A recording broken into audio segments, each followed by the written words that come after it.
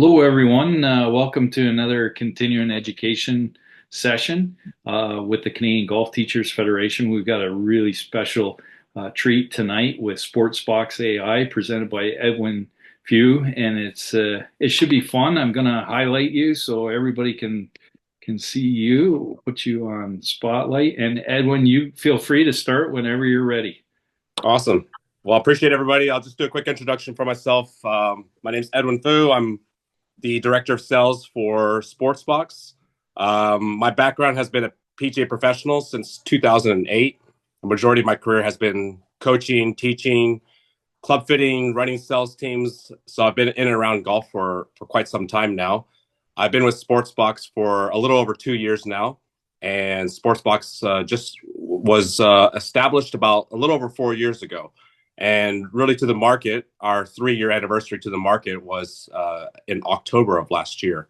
So while we're a relatively new company, we've made some amazing strides with the 3D technology, markerless 3D technology, and love to kind of show you all a little bit more. So I'm going to share my screen. I'll give a quick presentation, and I'm going to jump into the app. So hang tight for me.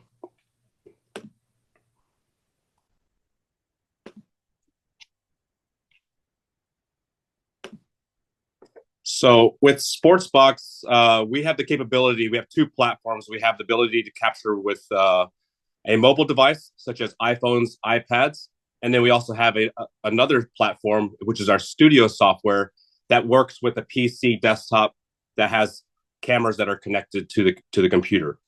So with the beauty of our technology, we're able to, with one capture from either face on or down the line, we're able to then convert that data from 2D to 3D.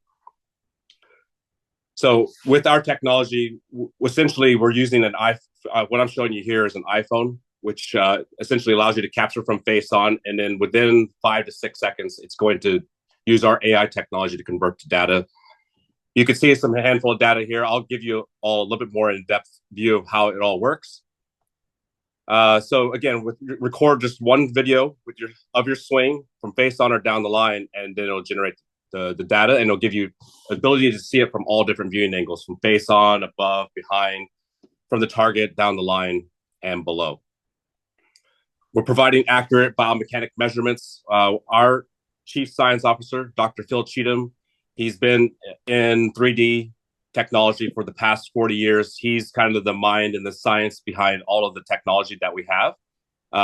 We also have our Chief Technology Officer, Sam Menaker, who has really developed all the AI technology behind it. And then our CEO, her name is Ji-Hye Lee. She played on the LPGA Tour for about 5 years. And her and Sam co-founded the company together about 5 years ago.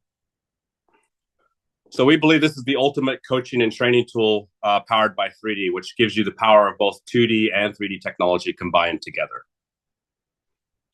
And we're really looking to help coaches, golf centers, academies utilize our technology to enhance instruction all over the world. And we've been seeing a lot on the Golf Channel through the Golf Fix. Devin Bonebreak, who is one of our ambassadors, has been using, if you have seen Golf Channel and his shows on Golf Fix, he's been using our technology in all of his academies. And it's something that we're also using with a partner on Sky Sports. So they're doing all of their analysis, broadcasting analysis using Sportsbox technology as well. So I'll just jump into the app. What I'm presenting on is an iPad. So from the iPad or iPhone, it's utilizing the slow motion 120 frames per second camera.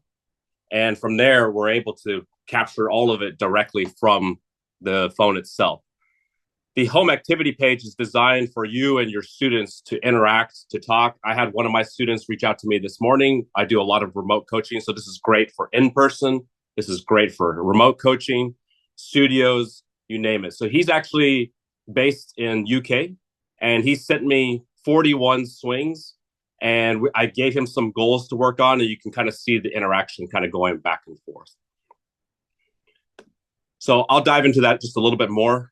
So every swing that he captured at the range today is plotted onto this graph based on the goals that I set in place for him. So you can see here And this is just our very first lesson. But instead of having to look through 40 plus videos, I know exactly kind of what he's working on. And we're trying to get more rotation for his chest and his pelvis turn to the top of his swing.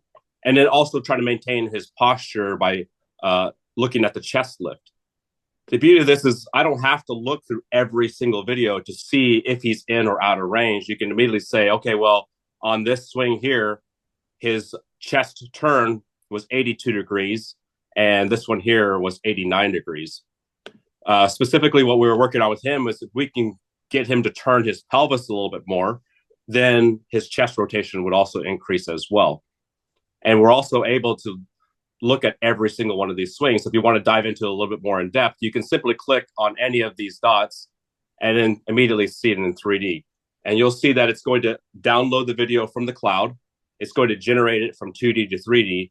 And now we immediately have 3D data. So for him, again, we were looking at his pelvis turn, his chest turn.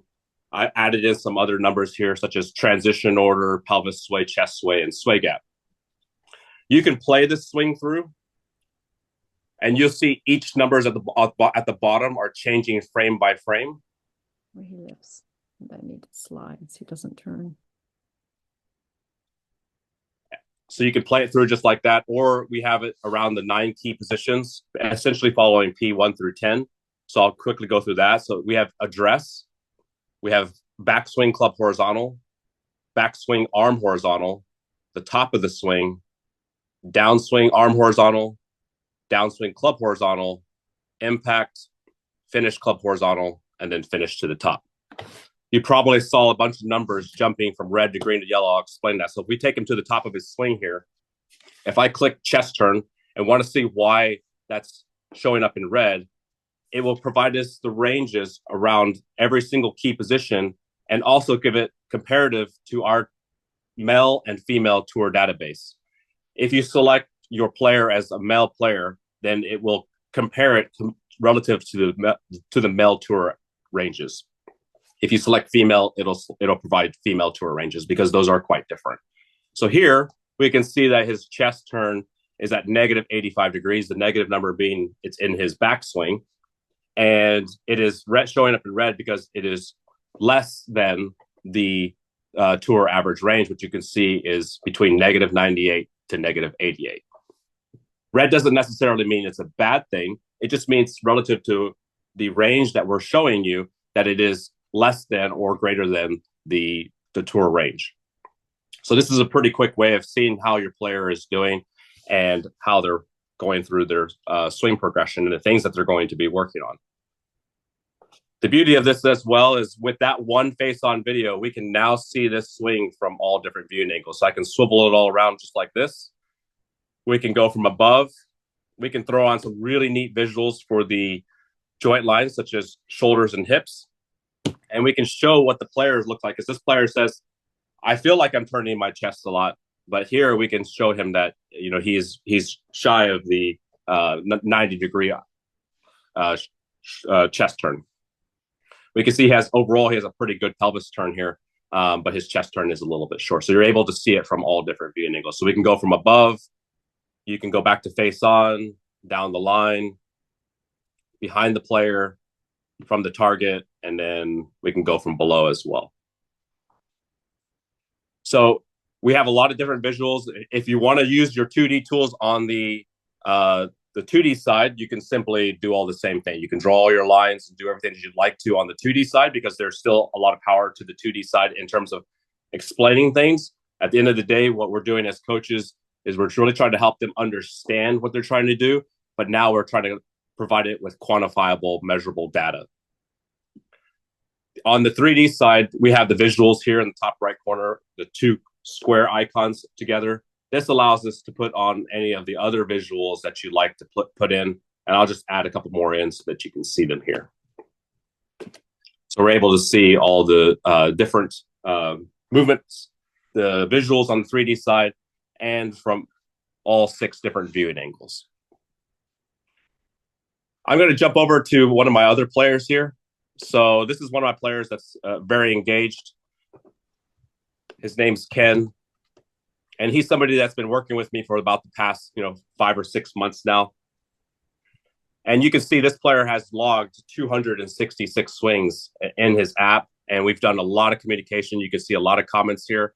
I'll start back to his very first lesson that we kind of worked on. And what we did was we analyzed his swing here. And a couple of things that we pointed out here to him was the ball position's way too far forward, which caused his pelvis and chest turn to be too open at address. And you can see that in the bottom two left numbers, the pelvis turn being 7 degrees open and the chest turn being 13 degrees open. So one of the things we talked about is first, we need to really work on your address position here.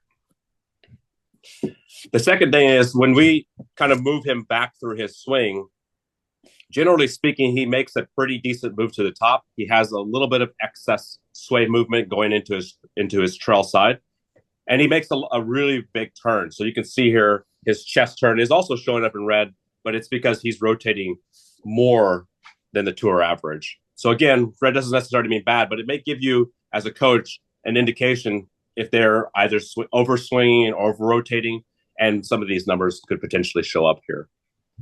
Because that ball position is so far forward, you'll see when I move him into this downswing arm horizontal position here, you can see that he has to make an excessive pelvis and chest sway movement into his lead side.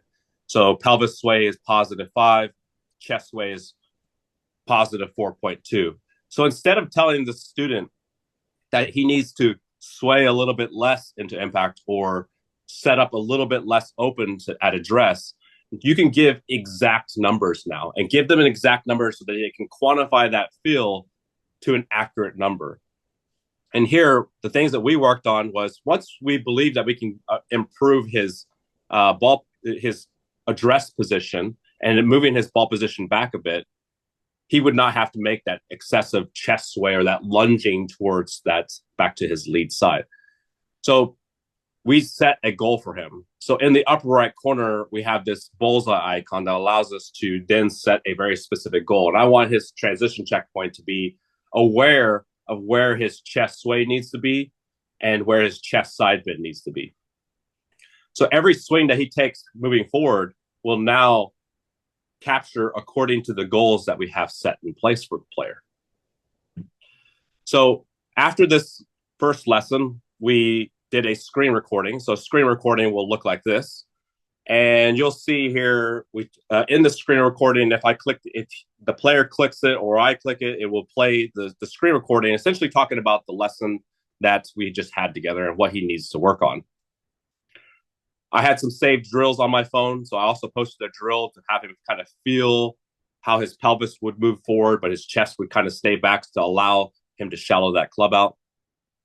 And of course, all of that would be much better off with him in a better ball position, better address position. You can see as we kind of go through each day, his next range session, we talk about a little bit more. We do another screen recording to validate what we're talking about. We go in there.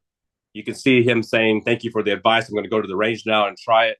So these types of things, these communication tools in the app are so important to really help engage the student, because all of us as coaches know that it's very difficult to keep your students engaged if they don't know what they're working on. And it's difficult to send them home with a launch monitor or anything else, but they can go home with their phone and they can use Sportsbox with you and capture swings and be able to monitor the progress and track their movements and help them get better in a more systematic approach.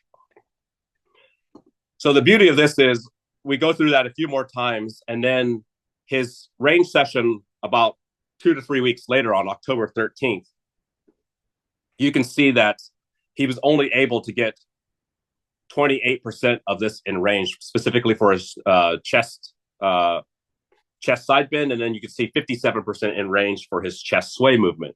So immediately we're starting to see that, he's making some improvements, but it's still taking some time for him to get there. And then 2 weeks later, you can see on October 26th that now his chest sway is 76% in range and his chest side bend was 100% in range. And consequently, he made tremendous stride in less than 1 month. And we're able to quantify and measure that exactly. So, for example, if I take one of his swings from one of his last swings where he's swinging pretty well, we'll generate it from 2D to 3D here. And I want to show you another very powerful application to Sportsbox. So showing before and after, I think, is really important. So this is his a 1 month after our lesson. And in the upper right corner, we can do a comparison. The rectangle with the line through allows us to compare in 2D or 3D. I'm going to quickly show it to you in 3D. I'm going to filter this for that player. And I want to show it comparatively to his first swing that we captured together. So his first swing that we captured together, we'll use September 24th. And now we can have them side by side. So here we can start to move the swing together to the key positions here, specifically stopping at the top. And you can see here, generally speaking, the movement and everything that we're seeing is pretty similar. However, when we move him into his P5 or downswing arm parallel position here, notice the very unique difference between the pelvis and chest sway from the one on the left versus the one on the after. So now you can see, we'll take the chest sway, for example. Before the September 24th swing was 4.2 inches into his lead side, positive 4.2 inches. And his chest sway on the most recent one here on October 26th is 1.6 inches. So he's improved by close to 3 inches here. And we're able to show exactly how he's improved his body movement and the things that we've been able to check along the way to allow the student to stay on track and work on the things that he needs to work on. Another really cool functionality here to this as well is, let's just throw some vertical lines in here so we can see this. And then from the 3D side, we'll go from split screen to overlay so you can see the difference and show the player where his chest sway on the green avatar is lunging into his lead side, whereas the purple avatar, the one that's his most recent one, is he's staying back on it a lot better. And you can also pretty quickly see that he's able to hold his angles a lot better. I can throw in those visuals as well and show how he's made some of those really neat improvements there. And then from there, we can then just continue to track his progress and see. So he took some time off. So after he started swinging really well. His most recent swings, he's a snowboarder, so he's in off season right now, not playing a lot of golf. He came back about end of January, and you can see that he's digressed some. So he took 34 swings in January, and now you can see that he's digressed some, and there's some things that he needs to work on. So if I click his most recent range session, he really struggled that early part of that session. You can see up to about his 14th shot, none of those were in range. And then he started to regain that feel. And you can start to see that immediately after that 14th swing, his next 20 swings started to improve. And we can start to show that the practice and the goals that we set in place are able to really keep that student engaged and continue to work on things, even if he's taken some time off. I'm going to jump over. So I showed mostly face on. We also have the ability to capture from down the line. So I'll use another student here. And let's take a look at one of his older swings here. We'll take a look at this one here. So down the line is going to provide some similar data and some unique data. So if I swipe up for more, what you can see that's similar from face on to down the line is turns, side bend, flex, and bends you can get from both face on and down the line. What I use down the line capture for is going to be more for the angles. So the ones I'm going to highlight here are the swing direction versus the stance, and his shaft angle versus his shoulder plane, and then thrust. Thrust is going to be the movement of that body part or a club either towards the golf ball or away. So this is going to be really powerful for us to use in helping the student understand a lot of their planal type of work. So I'm going to take off the turns right now. So we're just going to focus on the playing stuff. So I'll explain the first one I'll explain would be the swing direction versus the stance. So if we were to draw a line directly through his ankle joints, and we'll put a line here through this, and let's draw a line through his ankle joints. We're telling you what his swing direction is from this position to here, what that is relative to his stance. A positive number means it's a in to out swing direction. A negative number means it's out to in. The other number we have here is the shaft angle versus the shoulder plane. So I'm going to use the 3D avatar for this. So I'm going to put a shoulder plane line and a shaft plane line. And we'll talk about what that 1 degree means. So when we take this player and then move him into his downswing, when that shaft becomes vertical, where is that shaft relative to his shoulder plane? And it's 1 degree above the shoulder plane, which is a pretty steep position. Typically what we would like to see, you can see the range there is between -14 to -9, meaning that it would be somewhere between -14 to -9 below the shoulder plane. So he's in a relatively steep position at this point. The reason why I believe he's steep is if we take a look at his pelvis thrust, right now at address, before the club moves, we set the pelvis thrust to 0. And then as we move him back to his top of his swing, you can see that his pelvis thrust is now positive 2.1 inches, which means the center of his pelvis has moved 2.1 inches towards the golf ball. If it's a negative number, it means it's moved away. In the past, we would normally probably draw a line, something like this, kind of throw it on the back hip here or something like that. So we'll draw a line kind of on the back hip. We'll use some type of indication of kind of showing it from a 2D perspective and then take it to the top and then tell them, look how much your pelvis, your back end has moved more towards the target. But we're actually using our technology to tell you exactly where the center of pelvis is and how much it's moved either towards or away from the starting position. So as we move him into his downswing, you'll see that pelvis thrust begin to increase, which gets him into a steeper position. So from address to impact, you can see that his pelvis thrust is now positive 3.1 inches, which ultimately he has to kind of stand that shaft up. He has to come into a steeper position here due to that pelvis thrust or that early pelvis extension. And then the other number here I like to show here is the club to hand gap. So a positive number means the club is in front of the hands or more closer to the ball. And if I take him into this P2 position or backswing backswing club horizontal position here, you can now see visually both on the 2D side and the 3D side that the club is now behind his hands or more away from the golf ball. And that's why you see the -4.8 number. So that club head is getting more inside of his hands. And then if I take him to P6 or the downswing club horizontal position here, while this from a 2D perspective looks like that club is right in line with his hands, it is actually the club is more towards the golf ball and away from his hands than this position than where he started from at the address position. And then ultimately when he gets to impact here, he's able to kind of stand it up and time it up decently well. So that's just a pretty quick rundown of both face on and down the line and how the technology can be used. I'm happy to open it up to some additional questions, and I'm happy to show more examples if you'd like to kind of start a Q&A.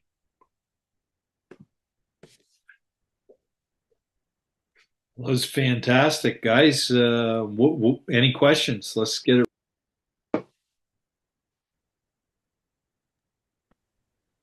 I'll jump in, Mark. Can you hear me? Yeah, I can hear you. Oh, okay. Hi, Edwin. I'm Eric. Nice to meet you. Hey, Eric, nice to meet you. Your face is familiar. We've probably seen you on TV or something. So the data that the AI kind of computes, does it take into consideration, as you know, like everybody's kind of unique. So does it take that into consideration, or it's pretty much data comparable to like tour players? So I guess to understand your question, we want to provide you a range, and the tour database is a great way to provide range. It's not necessarily saying that's if you get every single number in green that it is going to be you have a great golf swing. It is important to have a range there to give yourself a baseline. A good example would be let's pull up a tour player. Let's use Rory. Rory's a hot topic right now. Are you all still able to see my screen? Mm-hmm. Yep. Awesome. So let's take Rory, for example. Yeah, he's average. He's all right, yeah.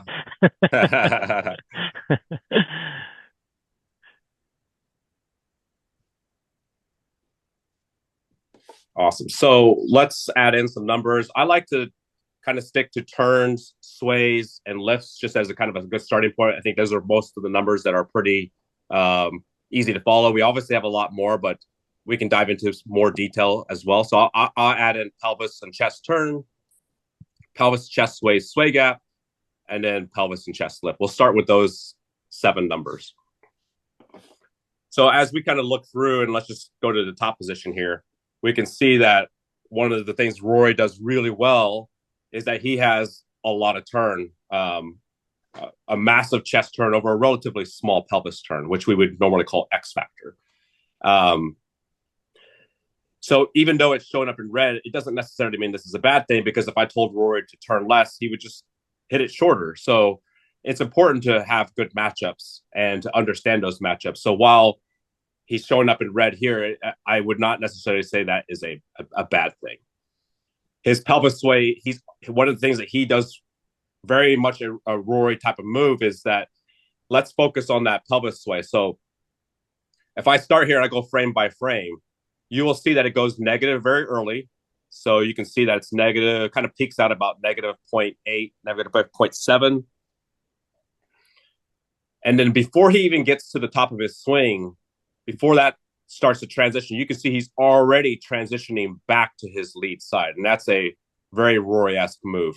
So he starts to have a pretty decent amount of pelvis lift, negative pelvis lift, which is pelvis drop. And then he's already, before he's even started moving back into rotation, back into his downswing, he's already moving back into his lead side. So if we take him to the top position, and what we consider the top position is when that club is at its slowest point. It's that's what we're indicating as the top position here. And then as we move him into his downswing, Rory has a pretty significant amount of pelvis sway into his lead side. So you can see his pelvis sway is pretty high, positive 4.1. Relative to the tour average, it is about an inch more than the highest end of the tour average. So while there's tour averages to give you a baseline, it's not telling you that is what needs to happen. Our platform is not telling the coaches, if you're in range, you have a perfect golf swing. If you're out of range, you don't have a perfect golf swing. It's all about matching things up. So Rory has a pretty decent amount of pelvis sway into his lead side. And then if you get somebody like on a contrast on that, another pretty good player, let's take a look at Scotty Scheffler, for example. And Scotty is a highly uniquely different player. We're going to see some very unique differences here.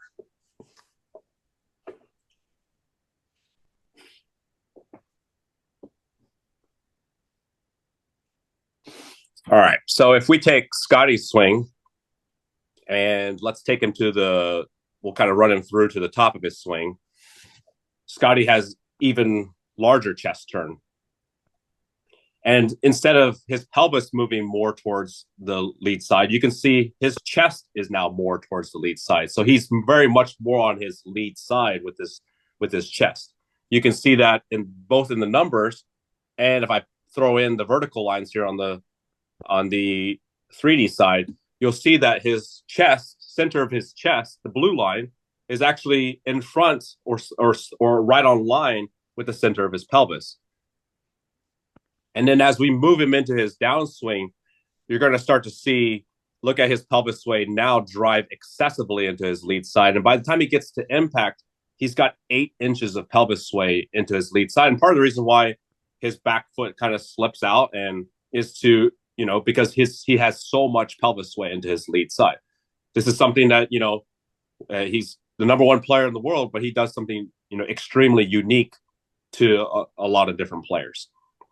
So it's important to kind of show the matchups and to understand where the range is at, because if I were to, we would probably not say, for most players, 8 inches of pelvic sway to impact, when the tour average is between 2.8 to 6.2, that we should then back Scotty out and put him closer to that, 4 or 5 inches of pelvis sway. I'll show one more example, to kind of explain a lot of kind of wrap this question up, is that these players all have very unique differences. Rory is very much a kind of center type of player.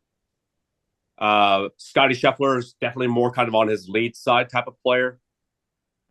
And then a Ludwig Aber or an Adam Scott or a Lydia Ko, they're more trail side players.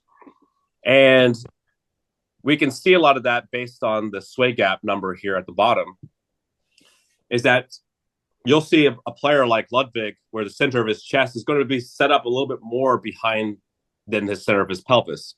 Rory is going to be closer to like that one, maybe -1 or -2 at address. And then Scotty is going to probably be a lot more towards his lead side. So you'll see here, if we focus on that sway gap number, that Ludwig is going to stay very much around where he started at. So he's very much loaded into his trail side. And because he's more of a trail side player, you'll see that Ludwig does not have an excessive amount of pelvis or chest sway to his lead side, and because of the type of post or the type of pivot position that he's playing from. We have a lot of great webinars out. Terry Rolls, one of our ambassadors, talks a lot about this, and understanding those matchups and understanding the player's swing type is going to be just as important as kind of following some ranges as a baseline. Did that answer the question? Yeah, thank you. That's very interesting. And does it matter what type of device you use? Like, is there like a requirement for, it has to be an iPhone, let's say 12, 10? I'm assuming like that the better the device, the better the data you can get from the video. Yeah, great question. So our platform does work. Our mobile platform does work best on iPhones and iPads. Really, any iPhone that has the slow motion capability, so 120 frames per second and faster. We only require 120 FPS. So I would generally recommend iPhone 10 and newer. If you want to go with a newer phone like iPhone Pro 16, so to speak, what that's going to help you is it's going to help in lower lighting settings. So the main thing that we require, and it's going to be tremendously important for the accuracy of our data, is that the quality of the video and the resolution and all that are going to be incredibly important. If you are in lower light settings and you have obstructions or whatever it may be, that's going to be more detrimental to the accuracy than the newness of the phone. Really, the newness of the device will be how fast it generates and how fast it processes the information. So like an iPhone 16, it does it in a matter. I have an iPad Pro here, for example, and you can see how fast it's generating the data, which is a matter of seconds. The older the device, the slower the processor speed. It'll probably jump from 3-4 seconds to maybe 8 to 10 seconds, just being for older devices. It's not going to actually affect the accuracy. The accuracy is going to 100% come from the quality of the video, using a tripod so that you're not holding your phone, waist-high camera height, and being perpendicular to the target line, and not trying to get perpendicular or parallel to the player's body line, because then that could throw off the address accuracy and stuff like that. Yeah. Okay. Yeah, because I did give it a try indoor, and like it had a hard time because the background is so dark. Right. But as soon as I threw like a swing from a student from this summer, it worked like pretty fast. For sure. All right. Yeah. So yeah, if Good. you have a lower lighting studio, we do have built into the app where it will increase the exposure. However, when you increase the exposure, it will cause some shaft blurriness because once the exposure goes higher, it does affect the quality of the fastest moving part, which is typically the club in the hands. So you can get some blurring there. So it's important to either have really, really good lighting, or if you need to and you have it, you're using it inside a studio, you can turn on the higher exposure setting, which will allow you to get very accurate body data. But we will warn you and say it will cause some shaft blurriness. So the accuracy on the like the kinematic sequence and the linear speed, such as max club head speed and hand speed, can be affected if you are in a very, very low light setting. Perfect. Thank you, Edwin. You're welcome. Thank you. Great question. Edwin, I'm going to jump in. Yes. Two questions and they're related. There's some questions about costs, and the second one is about the kind of the education platform as far as getting different levels of Sportbox certification, for lack of a better term.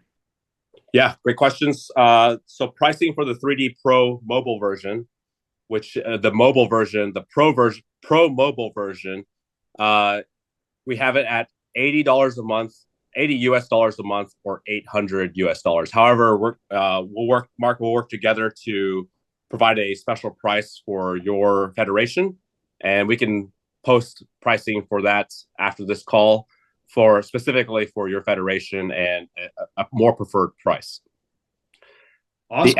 The education is we have three types of education. We have our university education, which includes level 1 certification, and it's 6 hours of work.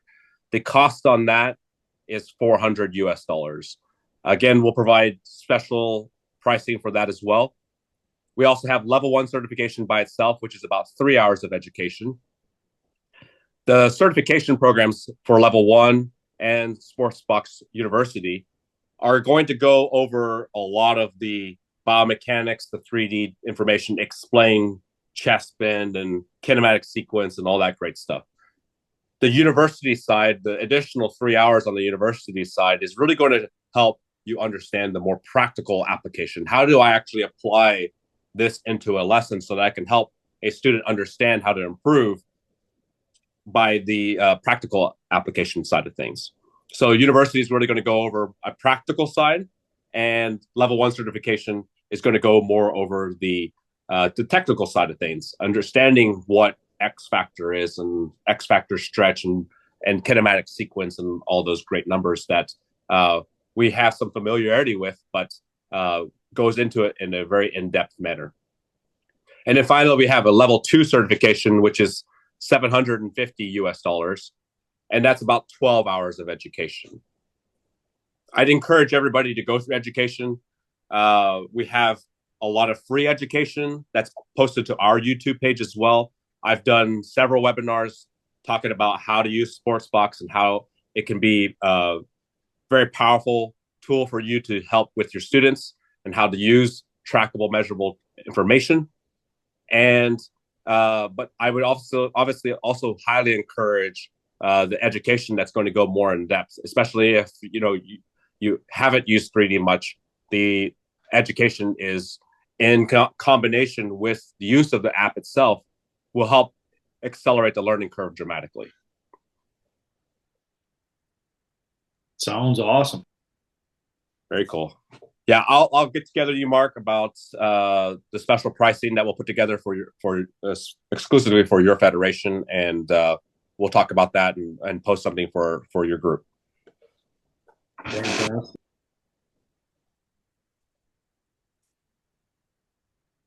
Anybody else got a question? Mm-mm. I've got one here, Mark. Greg here. I didn't hear the pricing just for the player version. I think that's significantly less, and I think there might have been a question in there about um, whether or not players that we're coaching have to buy a subscription as well. Yeah, that's a great question. So we have two versions of the mobile app. The pro version is designed for the coaches.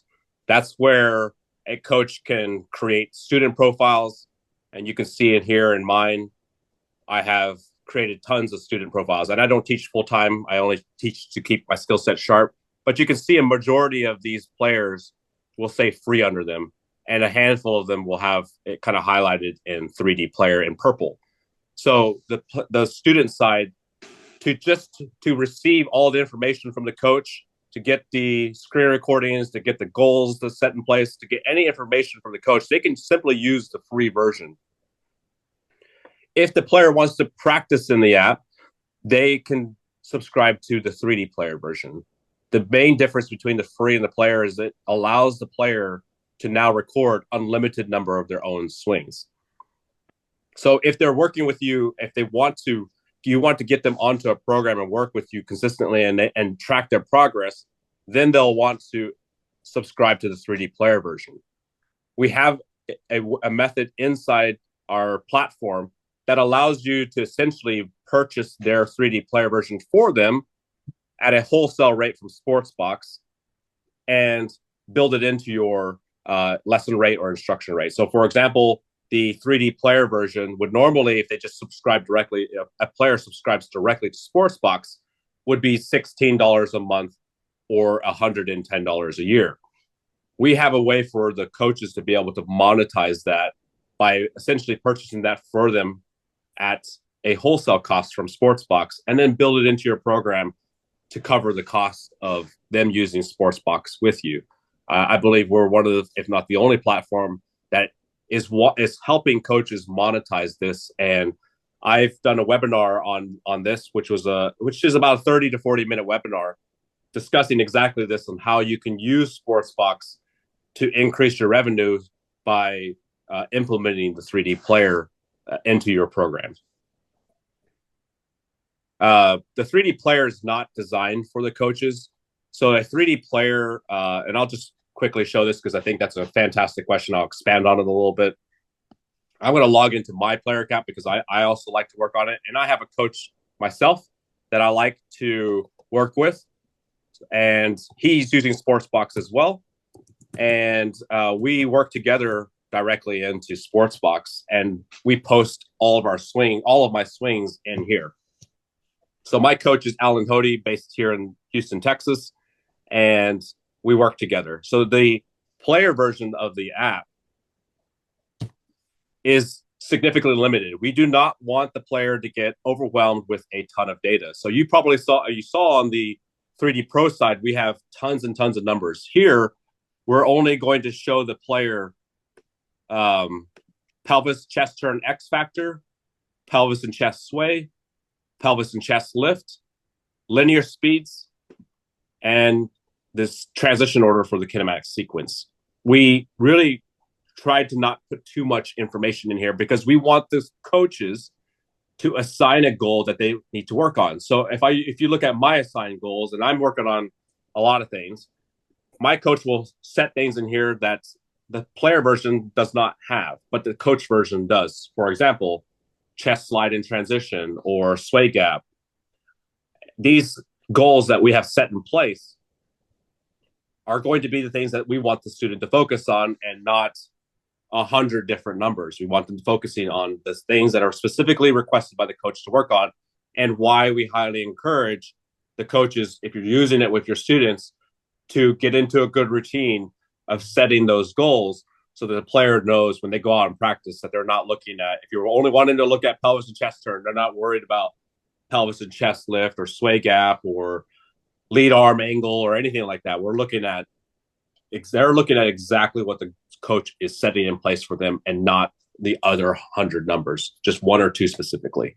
So the player version is designed to work either from the free side or the paid version side, to work in conjunction with the coach using the pro version of the Sportsbox mobile app.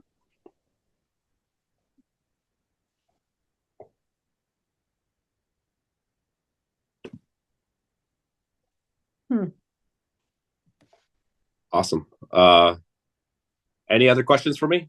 Kind of neat. It's interesting. Really interesting. I think it's Awesome. fascinating. We get in more and more technology all the time, right? Yes. Yeah. So 3D's been around for a long time, but you have to typically purchase those systems that are $50,000, $100,000, $200,000 systems, and why it's while 3D's been around for a long time, it has not been prevalently accessible to coaches to really use because it's just the cost is just too high. But we firmly believe that the importance of understanding how the body moves, which is the cause of what everything else happens. So it's nice, obviously very nice to have the cause and effect together.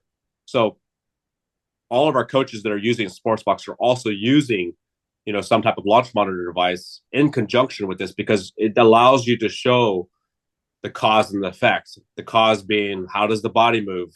How does the club move? How does, and how are you transitioning into your downswing? And ultimately, what is that doing to create the effect on the golf ball? I'll Does it just capture chime in data? and say that go ahead. it's really going to be critical that we, pardon the pun here, but we learn how to use it, right, and how to understand it so that it's viable. It's, we can relate to it, so our students, clients can relate to it, and it's not getting overly complicated. So I kind of think there's a bit of a real learning curve here for most of us, that as we advance into this AI world, that we're going to have to start dipping all our distal extremities into them and start to decipher all of this stuff, and how we use it and when we use it and where we use it is critical for the learning process. But truly fascinating on how much stuff you can do and all the different applications. It's mind-boggling. That's going to take a while to wrap the cranium around that. Yeah, But for sure. excellent stuff. Yeah, 100%. I would highly encourage, if you're using Sportsbox or decide to use Sportsbox, to keep it simple. Stick to turns, sways, and lifts. 6 numbers: chest and pelvis turn, chest and pelvis sway, chest and pelvis lift. That is going to tell you a majority of the story for a majority of your players. If you start getting too far down the rabbit hole of kinematic sequence and transition order and some really important numbers, I think that's something that you're going to always look at.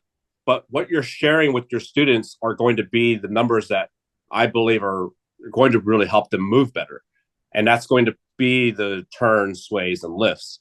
So that wouldn't be any different than launch monitors, 25, 30 years ago, where, taking TrackMan, for example, you're getting down, looking at D plane and swing direction and angle of attack, and you're getting into all these numbers.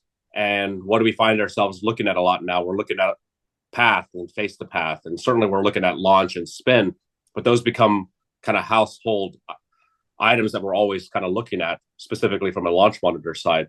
So if I can equate that to the 3D world, it's going to be turns, sways, and lifts for the majority of helping people move better. Yeah, totally agree. Thank you. Thank you. Great question. Yeah, Edwin, another question. What level would you say most Sportsbox clientele, like as far as the students go, would you say they're better than 18 handicap, better than 12 handicap, or like it could be literally anything? Yeah, that's a great question. It is literally any player looking to get better at golf. And so that we've seen it. I think the very common misconception is that Sportsbox is only for the better player. And that couldn't be furthest from the truth, because most players that we're working with as coaches are going to be typically higher handicappers. So majority of the players that I work with are all fairly high handicappers. I'd say 30 and under, so to speak. And I'll pull up one of my students here, and just kind of, a lot of examples I'm showing you are just common examples that we've seen as all of us as coaches, and the issues that they have. So Ken is kind of the over the top, a little bit of a chop slicey move. When he first started, he was like, I want to hit a draw. And this player here, if I played his swing through, and you can just, without even looking at the data, you would see that he's very opposite of that, and he's a major hangback player. Poor rotation and super, super hangback. So by the time he gets to impact, his chest sway is negative 6.6. His chest has fallen way behind, and his pelvis consequently has no room to get back to his lead side. So in this lesson, we only talked about, we were actually working on some of his clubs, and he was like, hey, take a look at my swing. What am I doing wrong? I'm hitting these low duck hooks. And he's a 22, 23, 24 handicap, And once he saw that his chest was hanging back that much and his pelvis was not moving forward, we gave him some drills. You can see the discs in the back. We're trying to get him to rotate and turn through better and get better to his lead side. Ultimately, also keeping him more centered, kind of going back. So if I take him to the top of his swing, you can see that his pelvis and chest sway have reduced significantly. He's made a bigger turn. And because he's not moving so far off the golf ball, you can see by the time he gets into his downswing, he's much better back into his lead side here. So before you saw his chest sway minus 6.6, and now he's at minus 0.3. And his pelvis sway went from only 2 inches into his lead side, and now it's 6.1. So if you look at this, if you look at the timestamp, we recorded his swing at 3:04. And in 3 minutes of working on a drill, working on a few things with him, he made a dramatic improvement. And I'd love to, if we could show you the ball flight, but it went from a low 40-yard hook to a nice high little draw. And that's the power of 3D, is if we can help them move better and understand it, especially with this day and age of using technology. The main thing is what message are you providing to your students? If you're going to show them 15 numbers, you're going to 100% confuse the players. I'm going to confuse myself, and all of us as coaches are going to confuse ourselves. If you stick to the very important basics of turns, sways, and lifts, it is going to help a majority of your players, especially since majority of our players that we work with are probably fairly high handicappers looking to get better. And data is going to really just enhance your ability to develop the correct message and give the player something to exactly what to work on. So for him, very simple. We need to get him into his lead side better, and we need to focus on his pelvis and chest sway impact. And a lot of that was improving his movement to the top because he was swaying so far off the golf ball. So staying more centered, going back, allowed him to get into his lead side a lot better and completely change his ball flight.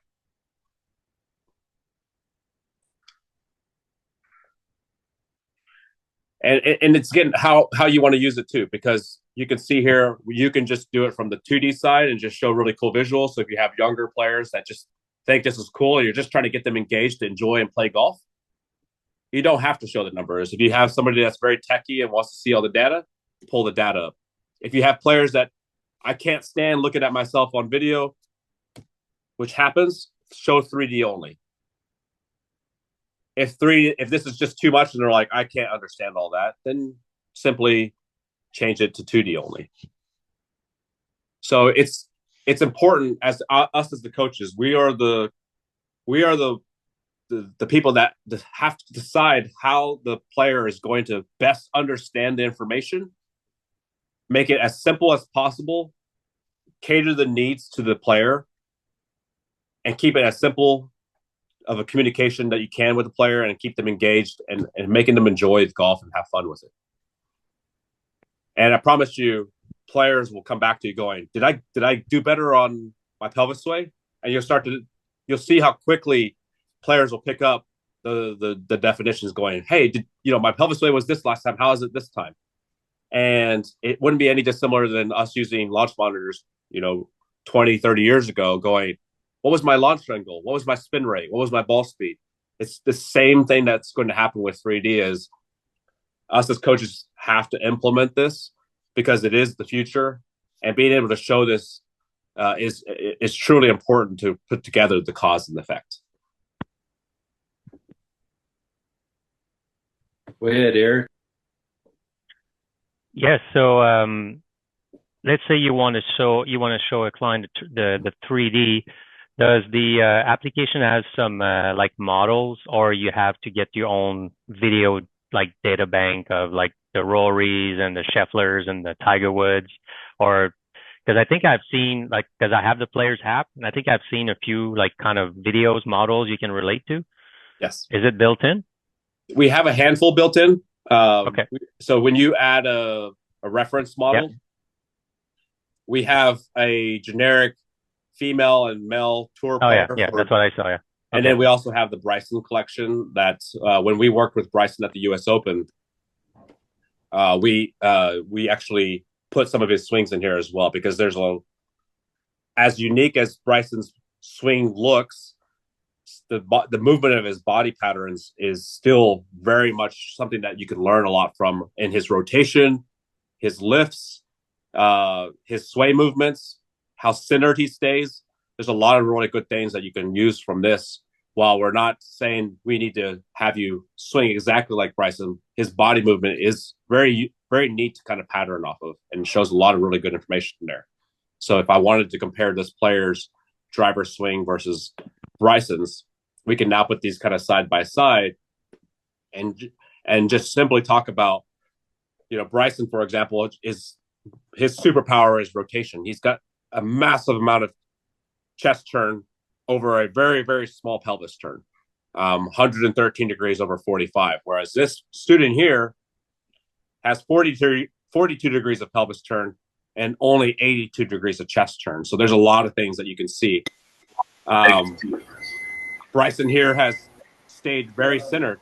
His pelvis and chest sway are both positive 0.4 and 0.3. So Bryson does not have an excessive amount of sway movement like you would see in a Scotty Scheffler or even a Rory McIlroy. He's got very, very centered movement, tons of rotation, not a crazy amount of sway, and not a crazy amount of lift. Edwin, another question about the video capture. Is it something that you trim the videos, or is it automatically intuitive to trim and capture the videos on its own, or is it something you do manually? Yeah, so we have two ways of doing it. If you do the auto capture, it will automatically capture the swing. It'll automatically trim everything for you, and it will only be about a 2 or maybe 3 second video tops. If you want to capture manually, a lot of us coaches want to capture manually, which is great because they may not be starting exactly when you want to start. So a manual capture is also an option as well. If you manually capture it, then you also have to manually trim it. So the trimming process is very simple. You just trim it to the beginning of the swing just before they take the club away, and to the finish of their swing. Again, it's only about a 2 to 3 second video. If you leave 4 or 5 seconds on either end of the video, it will run through, but it will take longer because it's not trimmed. So highly recommend trimming the video just to the actual swing itself. I can show one for you real quick. So let's just, I'll just use Rory for, let's see who do I have. I think I have a recent Rory video. So let's just do Rory. I'm going to click the plus sign for Rory. I created a Rory student account. And to follow up to the question about, if you wanted to add any tour player in, you can add any tour player in as long as the video is in slow motion, 120 frames per second or faster. So I can now click import video. It's going to take me to my camera roll. Let's find some tour swings. We have Rory here from the U.S. Open. Sorry, the Open Championship. So here you can see it's a very long video here. So you see him looking and you're doing all those things. So I'm going to trim all of that out.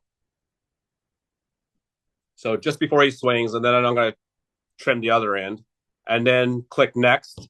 It's a driver. It's face-on video. I make sure that it detected the frame rate, which it didn't. And I'm going to change that to 120. Click analyze. And now we have a Rory swing. I guess it was a 3-wood actually, but yes, now you kind of get the point. See how fast that was? So now I have a Rory swing from the Open Championship when our team was out there following Bryson and Rory and a handful of other players. Is this saved locally or in a cloud somewhere? Yes, it is. It's all in the cloud. So we have a cloud-based system. So everything is uploaded to a cloud. So the pro version of the app allows you to use 2 devices. That comes in very handy because you may do a lot of recording with your phone out on the range, teach a little bit with your phone, show them a few numbers, and then you go back to your iPad and you want to do a lot of work like I'm showing you here, and showing it on a bigger screen becomes very helpful. So everything's synced across our cloud system.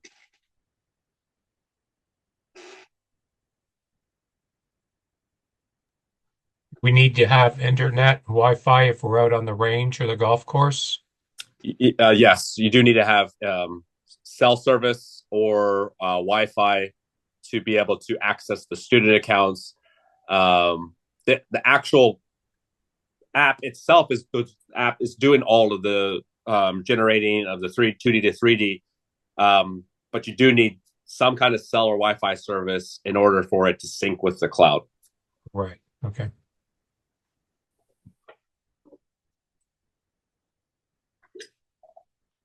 Well, if there's no more questions, Edwin, that was a fantastic evening, and I think we're going to have more questions as we watch this over again and try and digest some of it. But really, really thank you for coming out and exposing us to basically the future. And it's something that we need in continuing education, is a greater understanding of, as you put it, the next evolution of simple data, right?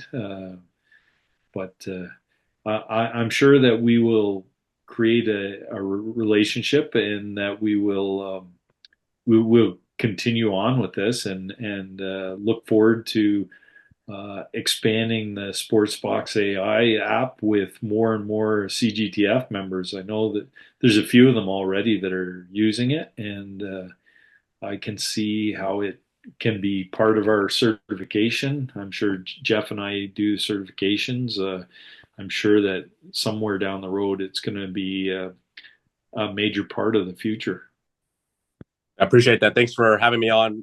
It's a true pleasure to work and talk to everybody today.